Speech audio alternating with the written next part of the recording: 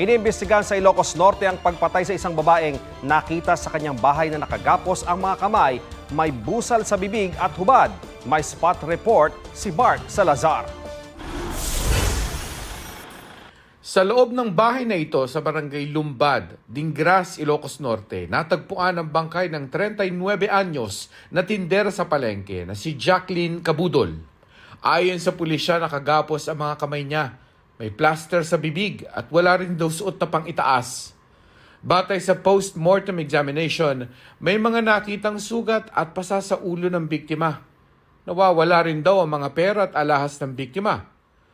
Lahat yan, pati na kung ginahasa si Cabudol, inaalam pa ng pulisya. So as to signs of struggle, sir, hindi gaanong natagpuan kasi siya dito sa may sala.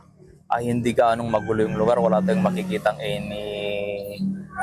any signs na nag-away sila. Biyena ni Cabudol ang nakakita sa kanya.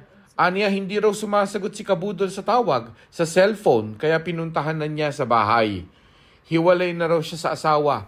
May dalawa silang anak pero mag-isa na lang nakatira sa bahay. Sana makonsensya, sir.